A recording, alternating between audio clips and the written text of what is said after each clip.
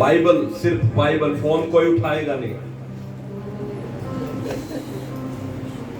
आंखें बंद करे, बोले ये परमेश्वर आपका वचन है, इसमें जो भी कुछ लिखा वो सत्य है, और जो भी आप ये मुझसे बात करेंगे मैं उसको अपने जीवन में अमल करूंगा, यीशु के नाम में, आमीन। आज मैं बोलना चाहता हूं, प्रभु ने जो सबसे कीमती चीज आपको और मुझे दी है वो है सल्वेशन, मुक्ति, उद्धार। मसीह में आने के बाद आपको अन्य आशीषें मिल जाती है, उन चीजों के लिए आप प्रभु को धन्यवाद दो। लेकिन सबसे मुख्य आशीष जो प्रभु हम सबको देने के लिए आया था, जो मुख्य आशीष प्रभु ने हम सबको दी है, वो है मुक्ति, उद्धार। और आपको मैं बताना चाहता हूं, जल्दी से अपनी बाइबल खोले, फिलिपियों उसका 2 अध्याय आप निकालेंगे। फिलिपियों 2 अध्याय, बड़े ध्यान से सुनिएगा। जब वचन आप सुनते हैं तब आप आराधना कर रहे हैं, तो आपकी आराधना अच्छी होनी चाहिए। फिलिपियों 2 अध्याय और उसका आप पढ़ेंगे 12 वचन। मैं पढ़ रहा हूं, आप सुनिए, अपनी बाइबल में ध्यान दीजिए। इसलिए हे मेरे प्रियो, जिस प्रकार तुम सदा मेरी आज्ञा मानते आए हो, वैसे ही अब भी न केवल मेरे साथ रहते हुए, पर विशेष करके अब मेरे दूर रहने पर भी डरते और कांपते हुए अपने अपने उद्धार का कार्य पूरा करते जाओ। आमीन। प्रभु का दास प्रेरित पौलुस कहता है, वो कहता है अपने अपने उद्धार का कार्य पूरा करते जाओ। उद्धार के लिए काम करने के लिए नहीं बोल रहा है, उद्धार को आपने प्राप्त करने के लिए नहीं बोल रहा है, क्योंकि आप और मैं अपने कर्मों से उद्धार को नहीं प्राप्त कर सकते। कर्म से उद्धार नहीं मिलता। उद्धार कर्म के द्वारा नहीं है, उद्धार परमेश्वर के द्वारा दिया हुआ एक गिफ्ट है, एक उपहार है जो प्रभु ने आपको और मुझे दिया है, फ्री। उद्धार फ्री है, लेकिन इसका मतलब यह नहीं कि इसकी कीमत नहीं है। इसकी कीमत, जो भी कीमत थी, वो हमारे प्रभु यीशु मसीह ने कलवरी क्रूस के ऊपर दे दी है। और उसकी कीमत क्या थी? क्या कीमत चुकानी पड़ी यीशु मसीह को? उसने आपके और मेरे लिए क्रूस उठाया और क्रूस पर वो कुर्बान हो गया। उसने अपने आप को क्रूस पर मरने के लिए दिया, तब जाकर आपका और मेरा और मानव जाति का उसके पापों से उद्धार हुआ है, छुटकारा हुआ है। आमीन। तो उद्धार के लिए काम नहीं करना है। उद्धार को आप परमेश्वर से फ्री में पाते हो। ये आपके लिए गिफ्ट है परमेश्वर का, ये आपके लिए वरदान है परमेश्वर का। आमीन। लेकिन अपने उद्धार के लिए कार्य करना है। ये वचन ये कहता है अपने उद्धार को सुरक्षित रखना है। ये वचन ये कहता है अपने उद्धार को क्या रखो? सुरक्षित रखो। उसका अपने उद्धार को सुरक्षित रखो ताकि इसको किसी भी रीति से आप ना खो सके। सुन रहे आप चर्च? अपने उद्धार को सुरक्षित रखने के लिए प्रभु का दास प्रेरित पौलुस कहता है, हालेलुया, हालेलुया। सुन रहे आप मेरी बात को? उद्धार को कैसे सुरक्षित रख सकते हैं आप? कोई बता सकता है? उद्धार को कैसे आप सुरक्षित रख सकते हैं? Praise the Lord. मेरे साथ एक वचन निकालेंगे, इफिसियों 2 अध्याय, इफिसियों 2 अध्याय और उसका 5 वचन से 9 वचन तक।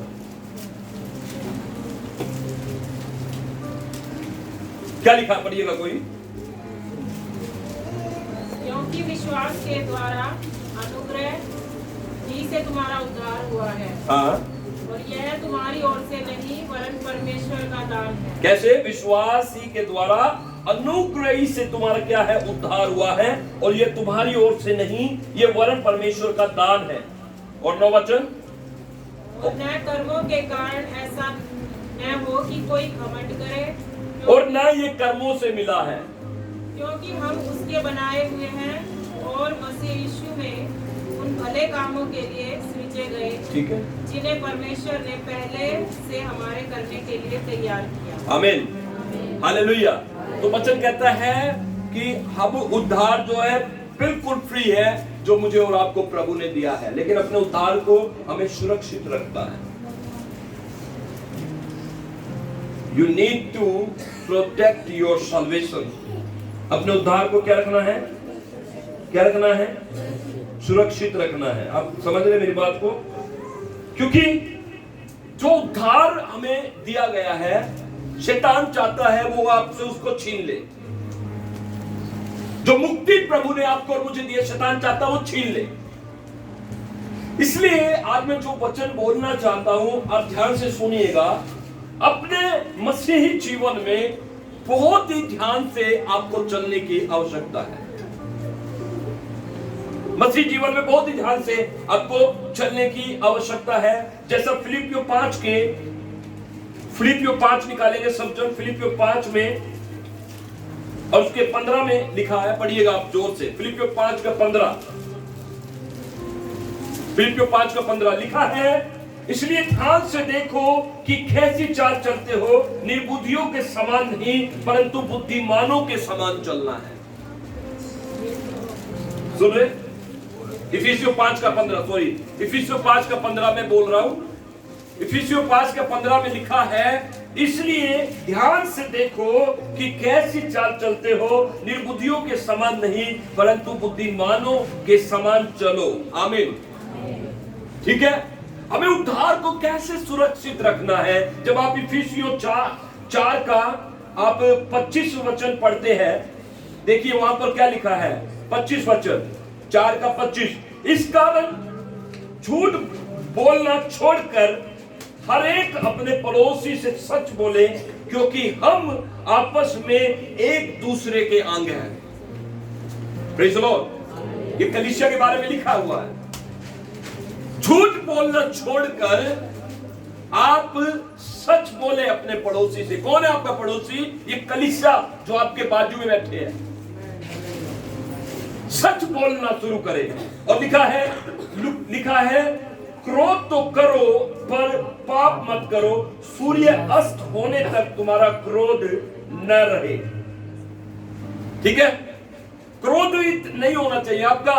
जैसे सूर्य ढल गया, आपका क्रोध खत्म हो जाना चाहिए, क्योंकि ह्यूमन बीइंग है, एक मनुष्य स्वभाव में क्रोध आ जाता है, कई बार ऐसे हो जाता है। ठीक है, मैं उद्धार को प्रोटेक्ट करने के बारे में बोल रहा हूं कि कैसे हम अपने उद्धार को प्रोटेक्ट करना है। उसके बाद लिखा है, और न शैतान को अवसर दो। देखो, मैंने बोला था ना, आपके उद्धार को वो छीनना चाहता है, आपकी मुक्ति को वो छीनना चाहता है, और वो कोई भी चांस उसको मिलेगा, वो उसको खाली नहीं जाने देगा।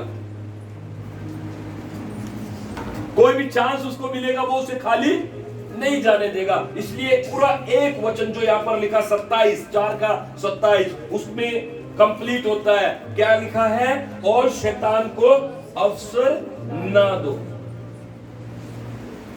चलो मैं आपको एक बात बताता हूं, मेरी तरफ देखिएगा। आपको मसीहत में, प्रभु में हर एक वो काम करना है जो प्रभु आपसे कहता है, तभी आपका उद्धार सुरक्षित है। अन्यथा आपका उद्धार आपसे शैतान चुरा सकता है, आपको उद्धार के मार्ग से, मुक्ति से आपको दूर ले जा सकता है। आपको वो करना है जो प्रभु कहता है, क्योंकि प्रभु के लोग प्रभु की बातें सुनते हैं। प्रभु का वचन कहता है, मेरी भेड़ मेरा शब्द सुनती है। आपको प्रभु की सुननी है। और इसलिए आपको अपने जीवन में हर एक टाइम, हर एक बात को प्रभु से विमर्श करना है, प्रभु से वार्तालाप करनी है। हर एक बात में प्रभु से विमर्श करना है, प्रभु से आपको पूछना है, प्रभु से आपको जानना है कि प्रभु की इच्छा मेरे लिए क्या है। कई बार परिवारों में मैं बताना चाहता हूं, वो बिना सोचे समझे कुछ भी कर देते हैं, कोई भी डिसीजन, कोई भी निर्णय ले लेते हैं। परिवारों में गलत निर्णय लेने से गलत रिजल्ट आते हैं। Bad decisions brings bad results. इसलिए बी केयरफुल। जब आप क्रिश्चियन हैं, जब आप मसीहत में हैं, जब आप अपने मुक्ति को लेकर चल रहे हैं, you need to take good decisions. अच्छे निर्णय लेना जरूरी है। अब याद रखिए अदन की वाटिका में क्या हुआ था। प्रभु ने आदम से कहा फल ना खाना, प्रभु ने कहा फल ना खाना। सांप ने आकर हव्वा को बहकाया, हव्वा ने फल खाया और वही फल ले जाकर उनके डिसीजन से, उनके बैड डिसीजन से क्या हुआ, उनका जीवन तबाह हो गया, बर्बाद हो गए। उनको वाटिका से बाहर निकाल दिया, उनको परमेश्वर से दूर हो गए, वो उसकी महिमा से दूर हो गए। पाप उनके जीवन में प्रवेश कर गया और उन्हें दर दर घूमना पड़ा। पूरी जमीन पर वो घूमने लगे, खून पसीने की कमाई से अपना पेट भरने लगे। एक डिसीजन पूरे जीवन को उनके तबाह कर दिया, पूरे जीवन को। बाइबल बताती है, पहला पतरस में 5:6 में लिखा है, 7 में लिखा है। पढ़िएगा प्लीज को क्या लिखा है, पढ़िए। पहला पतरस 5:6 और 7। पहला पतरस 7 पढ़िए, पहला पतरस 7 पढ़िए जल्दी। अपनी सारी चिंता उसी पर डाल दो, क्योंकि उसको तुम्हारा ध्यान है। हाँ, सचेत हो और जागते रहो, क्योंकि तुम्हारा विरोधी शैतान गर्जने वाले सिंह के समान इस खोज में रहता है कि किसको। इंग्लिश में लिखा है इज सर्चिंग, सर्चिंग लिखा। सर्चिंग का मतलब क्या होता है? वो पूरी तरीके से तैयार होकर ढूंढ रहा है। हेलो, तुम्हारा विरोधी शैतान इस खोज में रहता है कि किसको फाड़ खाए। बोले इस खोज में रहता है। देखो शैतान के पास कोई काम नहीं है। बाइबल में एक ही बात लिखी है उसके बारे में कि वो खोज में रहता है। मतलब कब आपके जीवन में कोई आप ऐसा अवसर दे, कोई ऐसा गलत निर्णय ले जिससे वो आपके पूरे जीवन को प्रभावित करे, नुकसान पहुंचाए।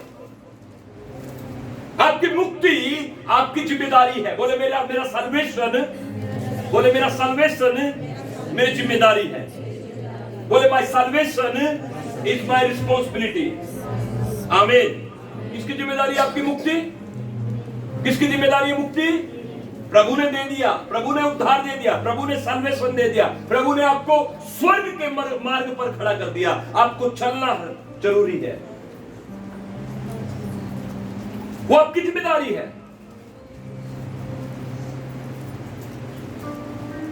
इसलिए जब भी आप कोई भी बात करते हैं, आप प्रार्थना जरूर करें। पहले कोई भी काम करें, प्रार्थना जरूर करें। कोई भी बात आपको करनी है, प्रार्थना जरूर। डिसीजन लेना, प्रार्थना करके प्रभु से जरूर पूछे,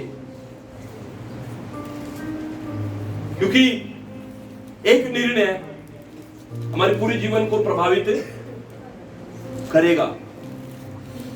करेगा नहीं करेगा? आदम के पूरे जीवन को उसने क्या कर दिया? डेमोलिश, बिल्कुल खत्म कर दिया, बर्बाद कर दिया उसके पूरे जीवन को। इसलिए परिवार में कई बार इन चीजों को मैंने देखा है। तो इसलिए अपने डिसीजंस आप प्रभु में होकर ले, जल्दबाजी ना करें, जल्दबाजी ना करें। प्रभु में होकर, प्रभु से पूछकर, प्रभु से बात करके अच्छी, जब तक प्रभु आपको हरी झंडी ना दिखाए आगे मत बढ़ो। लिसन, सुन रहे मेरी बात? देखिए मैं आपको बताता हूं, हमारे सबसे इंपॉर्टेंट जो व्यक्ति हैं, मूल पिताजी अब्राहम जी, उनके बारे में थोड़ा सा पढ़ेंगे। देखिए उत्पत्ति की पुस्तक निकालेंगे सब जन। उत्पत्ति की पुस्तक निकाले, उत्पत्ति 12 अध्याय उसके 6 वचन पर आप ध्यान दीजिए। सब जन, जो बाहर है वो भी, जो जीने में बैठे वो भी, जो छज्जे पर खड़े वो भी, सब जन अपनी बाइबल खोलो। उत्पत्ति 12 अध्याय और उसका 6 और 7 वचन हम पढ़ेंगे। उत्पत्ति 12 अध्याय 6 और 7 वचन लिखा है, उस देश के बीच में जाते हुए अब्राहम शकेम में, जहां मोरे का बांज वृक्ष है, पहुंचा। उस समय उस देश में कनानी लोग रहते थे। तब यहोवा ने अब्राहम को दर्शन देकर कहा, यह देश मैं तेरे वंश को दूंगा। और उसने वहां यहोवा के लिए, जिसने उसे दर्शन दिया था, एक वेदी बनाई। फिर वहां से आगे बढ़कर वह उस पहाड़ पर आया जो बैतेल के पूर्व की ओर है, और अपना तंबू उस स्थान में खड़ा किया, जिसके पश्चिम की ओर तो बैतेल और पूर्व की ओर ए है। वहां भी उसने यहोवा के लिए एक वेदी बनाई और यहोवा से प्रार्थना की। और अब्राहम आगे बढ़कर दक्षिण देश की ओर चला गया। ये वो बात है, ये वो घटना है। जब आप उत्पत्ति 12 अध्याय में देखते हैं तो परमेश्वर ने अब्राहम को बुलाया और परमेश्वर ने उसे कहा, अपने देश को, कुटुंब के लोगों को छोड़कर वो देश जा जो मैं दिखाता हूं। अर्थात प्रभु ने कहा, तू इस देश से निकलकर, अब्राहम से कहा, उस देश से निकलकर तू कनान देश में जा। तो बाइबल क्या बताती है? वो उठकर निकल पड़ा, अपना जो भी कुछ था सब कुछ लेकर, प्रभु की आज्ञा को मानकर निकल पड़ा और कनान देश में जाकर रुका।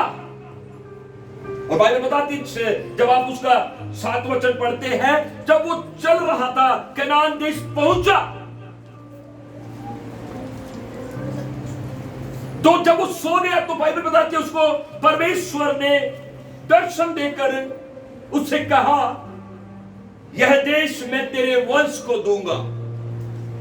क्या कहा प्रभु ने? तेरे वंश को दूंगा। और वो टाइम क्या था? वो टाइम उस देश में कनानी लोग रहते थे। उस देश में गया, उस देश की खूबसूरती को अच्छे से देखकर अपने हृदय में आनंदित हुआ। वो देश को देखकर उसका मन प्रभु को धन्यवाद करने लगा। वो देश को देखकर वो परमेश्वर की बढ़ाई करने लगा, क्योंकि कनान देश एक खूबसूरत देश था। कनान एक प्रोडक्टिव देश था। कनान देश में फसल अच्छी थी, फ्रूट अच्छे थे, हर चीज अच्छी थी। Praise the Lord. और वहां पर परमेश्वर ने उसको दर्शन दिया, ये देश मैं तुझे दूंगा। Praise the Lord. और वहां पर उसने क्या किया? यहोवा के लिए क्या बनाई? वेदी बनाई। जब वो दर्शन से जागा तो वहां पर लिखा है, उसने एक वेदी बनाई। फिर वहां से आगे बढ़कर वह पहाड़ पर आया जो बैतेल के पूर्व की ओर है, और अपना तंबू उस स्थान पर खड़ा किया जिसके पश्चिम की ओर तो बैतेल और पूर्व की ओर ए नगर है। और वहां उसने यहोवा से क्या किया? एक वेदी बनाई और यहोवा से प्रार्थना की। Praise the Lord, hallelujah. सुन रहे आप मेरी बात को? चर्च आप सुन रहे? वचन सुना रहा हूं मैं। परमेश्वर ने एक व्यक्ति को बुलाया जिसका नाम अब्राहम था। हम सब जानते हैं परमेश्वर ने इसको पूरी दुनिया के अंदर से इस एक व्यक्ति को चुनकर परमेश्वर ने इससे वायदा किया कि मैं तेरे वंश को आकाश के तारागणों के जितना, धूल के किरणों के बराबर बनाऊंगा। यह उसका शुरुआती समय था जब वो आज्ञा को मानकर निकल पड़ा और जाकर कनान में रहने लगा। और वहां पर परमेश्वर का दर्शन पाकर बहुत खुश हुआ, बहुत आनंदित हुआ, और परमेश्वर के लिए उसने वेदी भी बनाई। उस देश में पहुंचते ही उसने वेदी बनाई और यहोवा से प्रार्थना भी। Praise the Lord. पहला काम उसने प्रभु को प्राथमिकता दी। यस और नो? प्रभु को उसने प्राथमिकता दी। देश में आया तो उसने पहला काम क्या किया? वेदी बनाई और उस पर प्रार्थना भी की। हमें प्रभु को प्राथमिकता देनी चाहिए। यस और नो? हाँ, प्रभु को प्राथमिकता देना चाहिए हर बात में। पहला स्थान प्रभु का है। प्रभु तेरा धन्यवाद हो। अब्राहम ने भी प्रभु को धन्यवाद दिया, वेदी बनाई, धन्यवाद दिया। और प्रार्थना की और प्रेयर की। सब कुछ बढ़िया चल रहा है, सब कुछ आनंद में है, सब कुछ खुशी में है। लेकिन तब आप थोड़ा सा उस वचन के नीचे थोड़ा सा आएंगे, 10 वचन क्या कहता है? उस देश में अकाल पड़ा। जब आया था, जब ठीक था, शुरुआती दिन अच्छे थे, शुरुआत में मजा आ रहा था, आनंद आ रहा था। लेकिन आफ्टर शॉर्ट वाइल, एक थोड़े लंबे समय के बाद, थोड़ी देर के बाद बाइबल क्या बताती है? उस देश में और अकाल में क्या किया अब्राहम ने? पढ़ लो। इसलिए अब्राहम मिस्र को और वहां परदेशी होकर रहने लगा। सुनो मेरी बात चर्च, उस देश में अकाल पड़ा,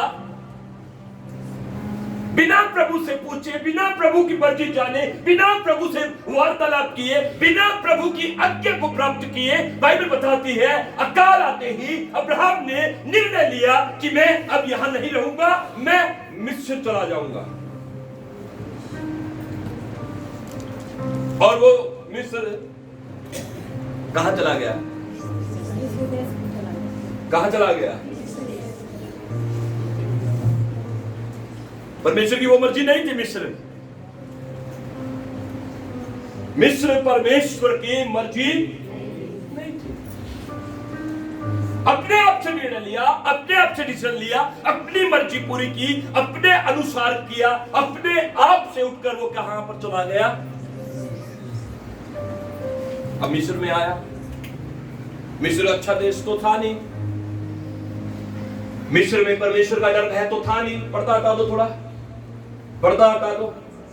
मिस्र अच्छा देश नहीं था, मिस्र के लोग अच्छे लोग, इस तरफ कर दो दरवाजे के ऊपर, मिस्र के लोग अच्छे लोग नहीं थे, मूर्ति पूजक लोग थे, परमेश्वर का डर नहीं मानते थे, परमेश्वर की खोज नहीं करते थे, परमेश्वर की आराधना नहीं करते थे, पवित्रता का जीवन नहीं था।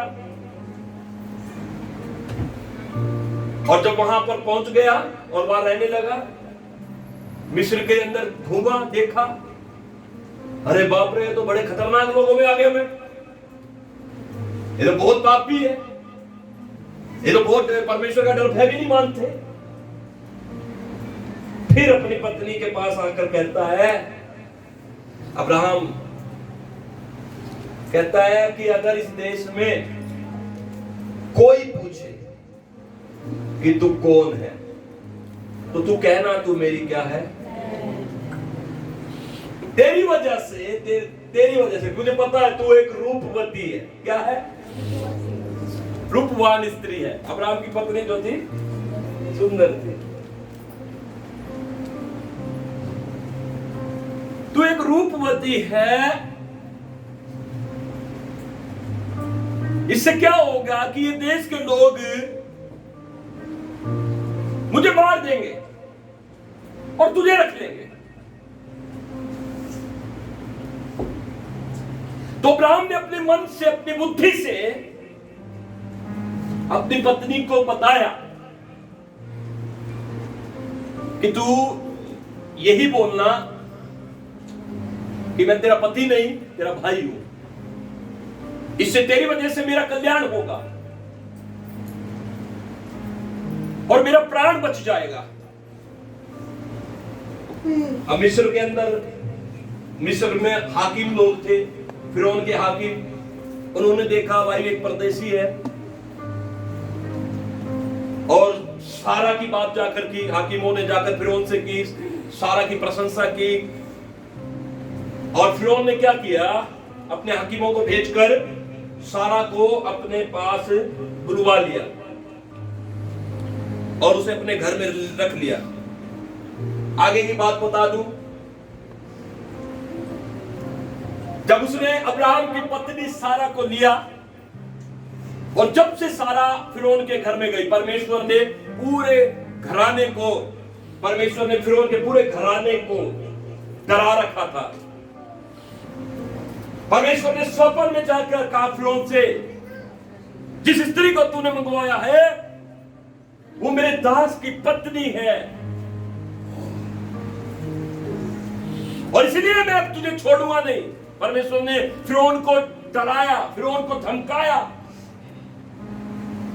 और जैसे ही फिरौन उठा सुबह, उसने अब्राहम को अपने घर में बुलाया और उसने कहा कि तूने मुझसे झूठ क्यों बोला और इस बड़ी विपत्ति मेरे जीवन में क्यों आई कि परमेश्वर ही मेरा शत्रु हो गया। अब्राहम कहता, मैं डर गया था, मुझे लगा कि यहाँ के लोग परमेश्वर का भय नहीं मानते और मैंने इसलिए ये बात बोली। फिरौन ने कहा, तू तो बहुत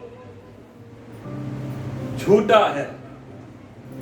आप वचन में देखिएगा,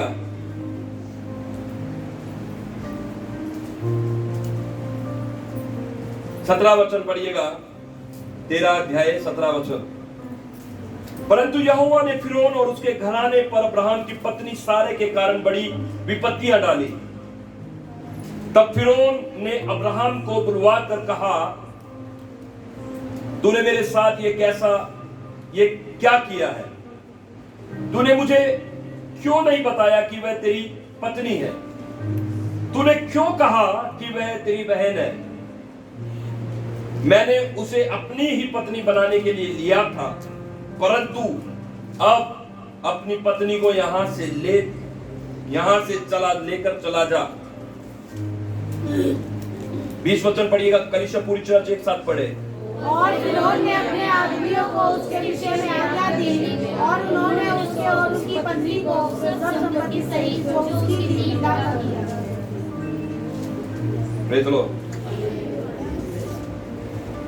प्रेज़ द लॉर्ड।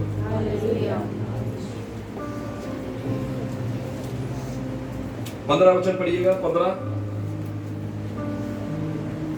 15 वचन, चैप्टर नंबर 12 का 15 पढ़िए। और फिरौन ने हाकिमों ने उसको देखकर फिरौन के सामने उसकी प्रशंसा की, इसलिए वह स्त्री फिरौन के घर में पहुंचाई गई।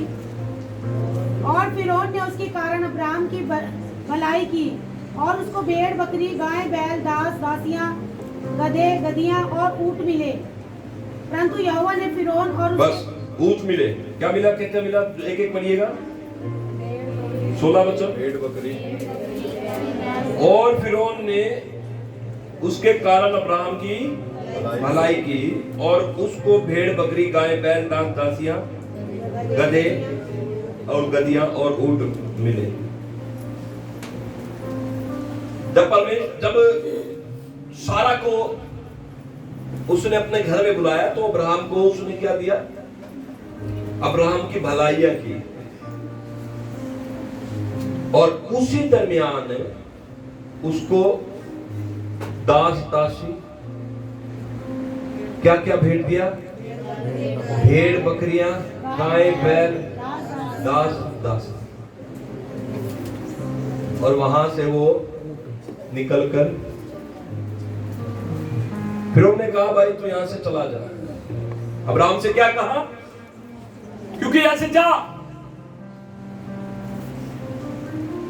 तेरी वजह से मैं और मेरा घराने ने दुख उठाया और परमेश्वर ने उन्हें दंडित किया। परमेश्वर ने उन्हें क्रोध से उनको डराया धमकाया और उस बात की वजह से उसने उसकी पत्नी को उसके पास वापस लौटा दिया। और 20 वचन क्या कहता है? और फिरौन ने अपने आदमियों को उसके विषय में आज्ञा दी और उन्होंने उसको और उसकी पत्नी को और सब संपत्ति जो उसकी थी, जो गिफ्ट भी दिए थे, सारा के बदौलत जो अब्राहम को क्या मिले थे? गिफ्ट भी मिले थे, उसको भी क्या कर दिया? अब्राहम के साथ लौटा दिया। 13 अध्याय 1 वचन पढ़िएगा जोर से। तब अब्राहम अपनी पत्नी और अपनी सारी संपत्ति लेकर लूत को भी संग लिए हुए मिस्र छोड़कर कनान देश में आया। कहां से निकला था? कहां से निकल कर गया था? अरे दर्शन कहां दिया प्रभु ने उसको? क्या कहा दर्शन में? कनान देश में तुझे दूंगा, 12 अध्याय में। लेकिन वो अकाल की वजह से उसे छोड़कर फिर जो समस्याएं, जो दुख, जो तकलीफ, जो हालात अब्राहम के हुए, उसके बाद वो फिर से उस जगह को छोड़कर कहां वापस आया? कौन से स्थान में वापस आया? कनान देश के उसी स्थान पर, उसी पहाड़ पर वापस आया जहां पर उसने दर्शन प्राप्त करके वेदी बनाकर प्रार्थना की थी। अब फिर से वो जब दुख उठाया, जब वो तकलीफ में गया, फिर से वापस कनान देश में आया, उसी पहाड़ पर आया, उसी पहाड़ पर आकर घुटने टिकाकर प्रार्थना की।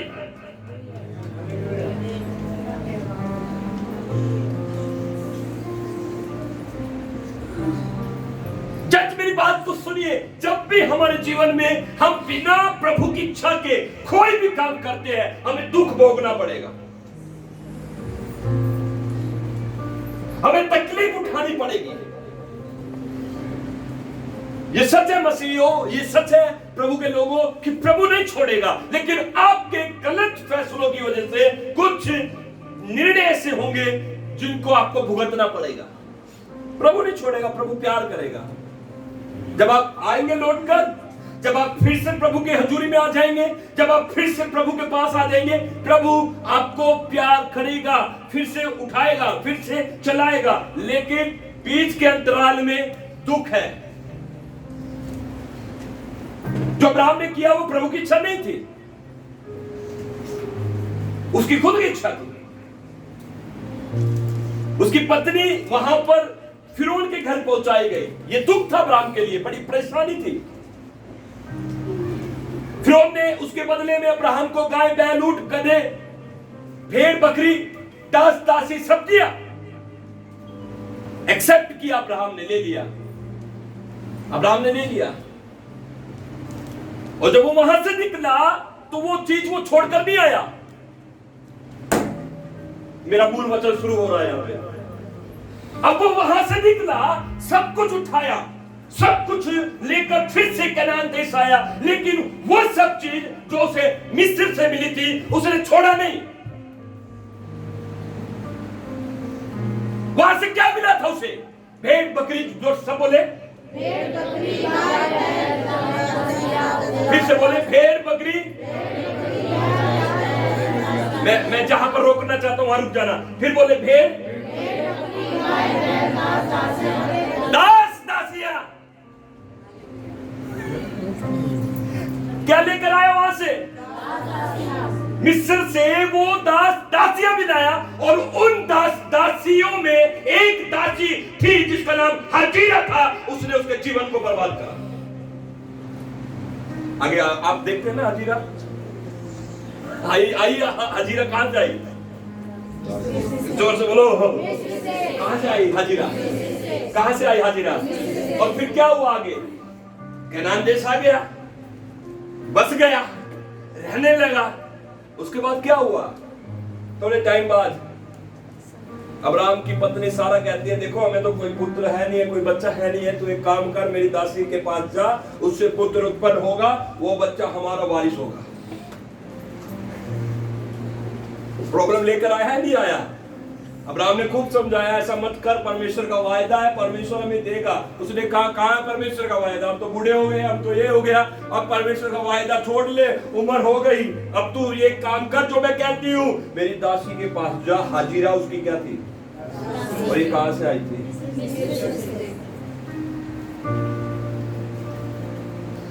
और उसके बाद क्या हुआ?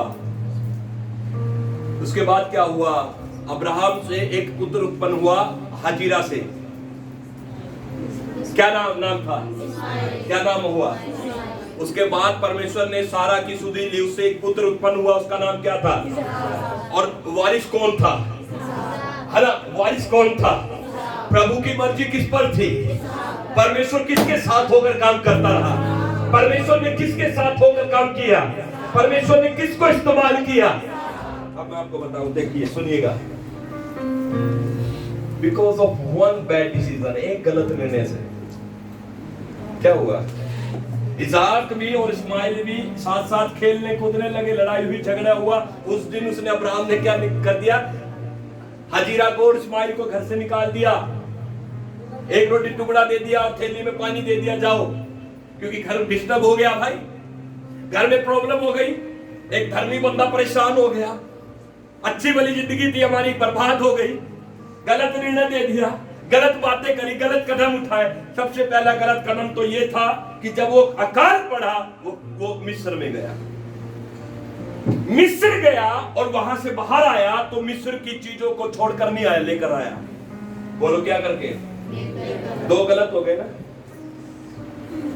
पहले गया वो मर्जी नहीं थी परमेश्वर की, वहां पर गया वो मर्जी नहीं थी, वो एक गलत निर्णय था। दूसरा, जब वहां से बाहर आया, क्या ले आया? दासी ले आया। क्या ले आया? और उस दासी ने क्या करा? उससे इस्माइल हुआ, पूरा घर डिस्टर्ब हो गया। और आज बता दूं मेरे प्रियो, आज भी इजराइल और फलस्तीनियों की लड़ाई हो रही है, उस एक निर्णय की वजह से जो उस समय लिया गया था। आज भी टीवी चैनल खोलकर देखिए, आज भी देखिए, हमास लड़ रहा है, इजराइल लड़ रहा है, फलस्तीन लड़ रहे हैं, इजराइल लड़ रहा है, ये लड़ रहे हैं, वो लड़ रहे हैं, ये युद्ध खत्म नहीं हो पा रहा है। आपको पता है एक निर्णय कितना प्रभावित करता है? आज तक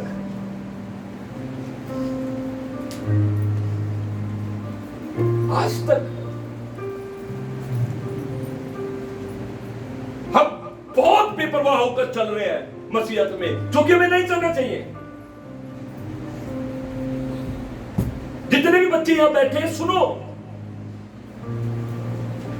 परमेश्वर ने जो आपको करने के लिए कहा वो करो, जो नहीं कहा मत करो। जिस जगह पर प्रभु आपको भेजता हुआ जाओ, जिस जगह पर नहीं भेजता मत जाओ। जो माता पिता यहां पर बैठे, सुनो, एक फैसले से पूरा परिवार और पूरी आज ये इजराइल, हमास, इजराइली, फलस्तीन जो हो रहे हैं, आज एक डिसीजन से खराब हो गया सब कुछ।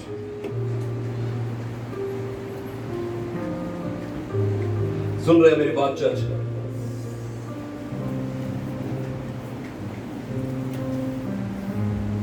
आज हमारे जीवन में इस बात को आज थोड़ा सा गहराई से परखे, इस बात को, कितना कीमती है साल्वेशन, कितनी इंपॉर्टेंट मुक्ति है जो प्रभु यीशु मसीह ने हमें दिया है। आमीन। और कोई भी बात से हम कितने लापरवाह हो जाते हैं। अकाल पड़ा था, अब्राहम ने छोड़ दिया। हम भी हमारे जीवन में क्या होता है, मसीहत में आए, थोड़े दिन तो अच्छे हवा की तरह फूलते रहते हैं, गुब्बारा होता है ना हवा का, फूले रहते हैं, और थोड़े दिन के बाद वो गैस निकल जाती है हमारी। अब्राहम जब गया, परमेश्वर ने दर्शन दिया तो उसने वेदी बना ली, प्रार्थना की, वहां पर प्रार्थना करी, वेदी बनाई, और सब कुछ अकाल आया, छोड़ के चला गया।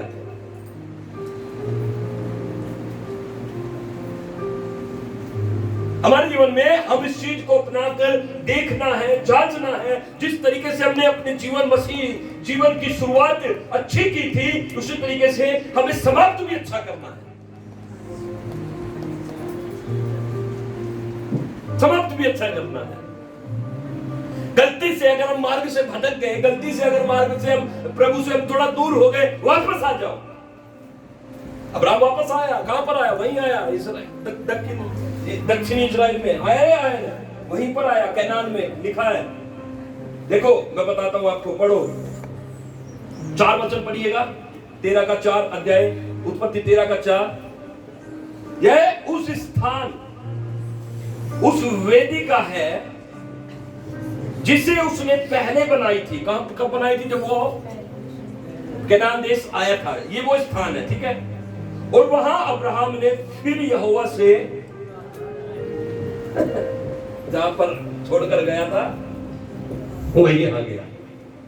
आज हम भी देखिए बहुत सारी बार प्रभु को छोड़ देते हैं ना, दुआ छोड़ देते हैं, प्रार्थना छोड़ देते हैं, संगतियों में जाना छोड़ देते हैं, घर घर प्रार्थना को छोड़ देते हैं, दान दशमांश से मन हटा लेते हैं, कुछ नहीं होता, मेरे बहुत खर्चे हैं। पादरी साहब समझ जाएंगे, मैं तो समझ जाऊंगा। उसको कैसे समझाओगे? या उसके पास उसको समझाने की भी कोई दवाई गोली है आपके पास? मेरे पास मेरे तो समझ गया, आप जो कर रहे हो समझ गया मैं तो, लेकिन उसको, पिताजी को उसने अब्राहम नहीं छोड़े, अब्राहम को नतीजे भुगतने पड़े।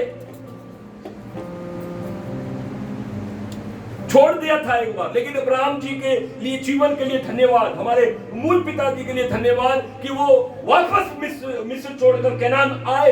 लेकिन छोटी सी मिस्टेक थी एक, क्या? वहां से एक दासी भी, वो फिर बाद में उसका रिजल्ट देखिए।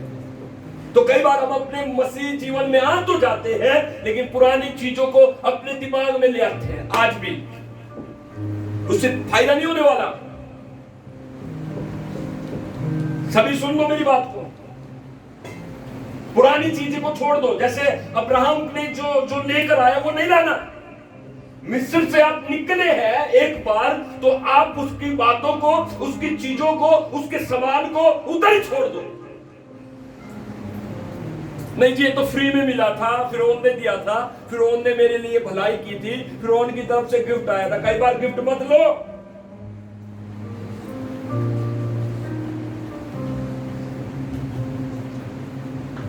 जो फल आदम ने खाया था वो भी सोने से लथपथ था। मैं तो बोलता हूं कई बार, ये सोने से कोटेड पेंट, सोने का पेंट करके अब्राहम को, क्या उसको, दाऊद को, उसको आदम को, हव्वा को, उसको दिया फल खाने के लिए। ले, सोने का है, बढ़िया है। और बाइबल में लिखा है, जब उसने उसे देखा फल को, तो वो क्या कहने लगी? स्त्री कहने लगी, देखने में मन भाऊ, खाने में टेस्टी है, लेकर आओ। So sometimes you need to deny। Free की चीज नहीं लेनी बाबा, उस फ्री में पता नहीं क्या है। फिर कुछ लोग कहते हैं, पास्टर जी मेरे घर में तो ये हो रहा है, मेरे घर में तो कुछ ठीक नहीं चल रहा है, लड़ाइयां झगड़े हो रहे हैं, बरकत नहीं आ रही है, ये सब कुछ खराब हो रहा है, कोई भी काम हो नहीं रहा। फिर वो आपकी फ्री की चीज आपको सेध रही है। Listen to me. कई बार लोग बड़े पीठे बनकर आपके पास आएंगे, लेकिन अंदर से वो फाड़ने वाले भेड़िए।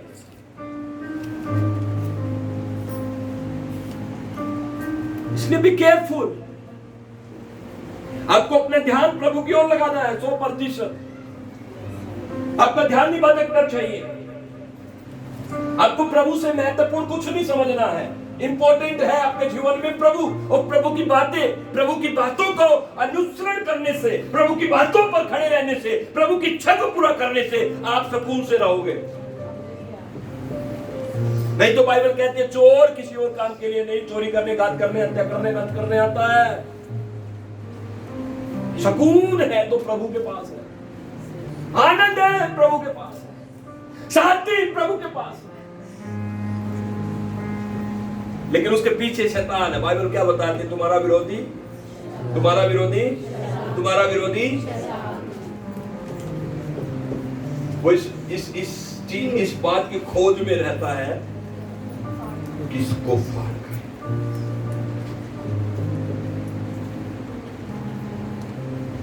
बातों को तोलो, बातों को समझो।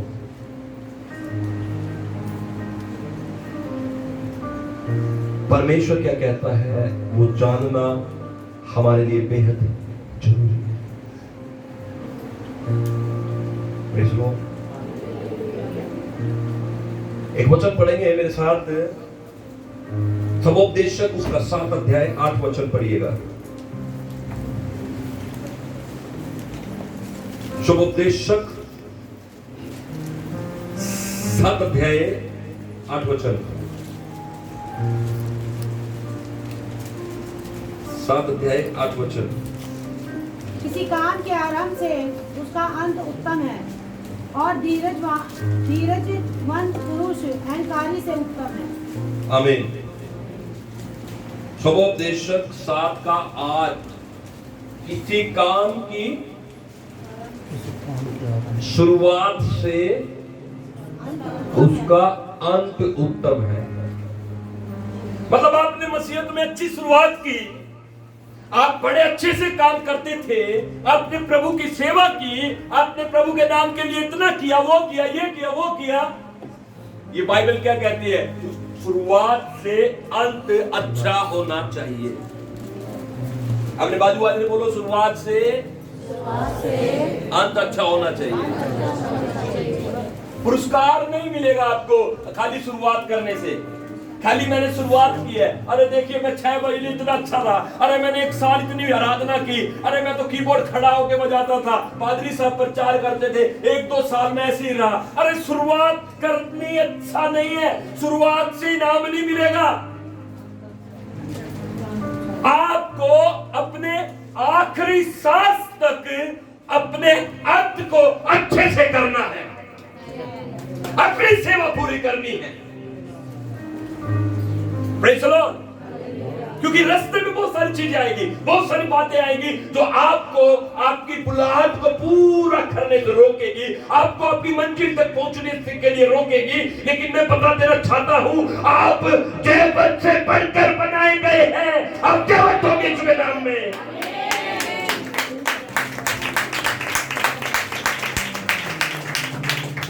बोले मैं जेवत से बढ़कर हूं।